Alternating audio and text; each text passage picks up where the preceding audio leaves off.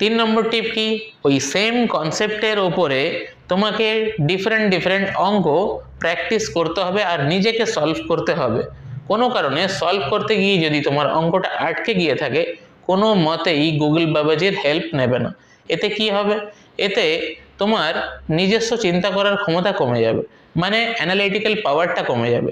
যদি অ্যানালিটিক্যাল পাওয়ার তোমার কমে যায়, তাহলে তুমি ফিজিক্সেও তুমি প্রবলেমে পড়বে, কেমিস্ট্রিতেও তুমি প্রবলেমে পড়বে। তাই চেষ্টা করবে নিজে আগে সলভ করার, তারপরেও যদি না হয় তখন বন্ধুদের হেল্প নেবে, স্যারের হেল্প নেবে, তারপরে তুমি গুগল ইউজ করতে পারো।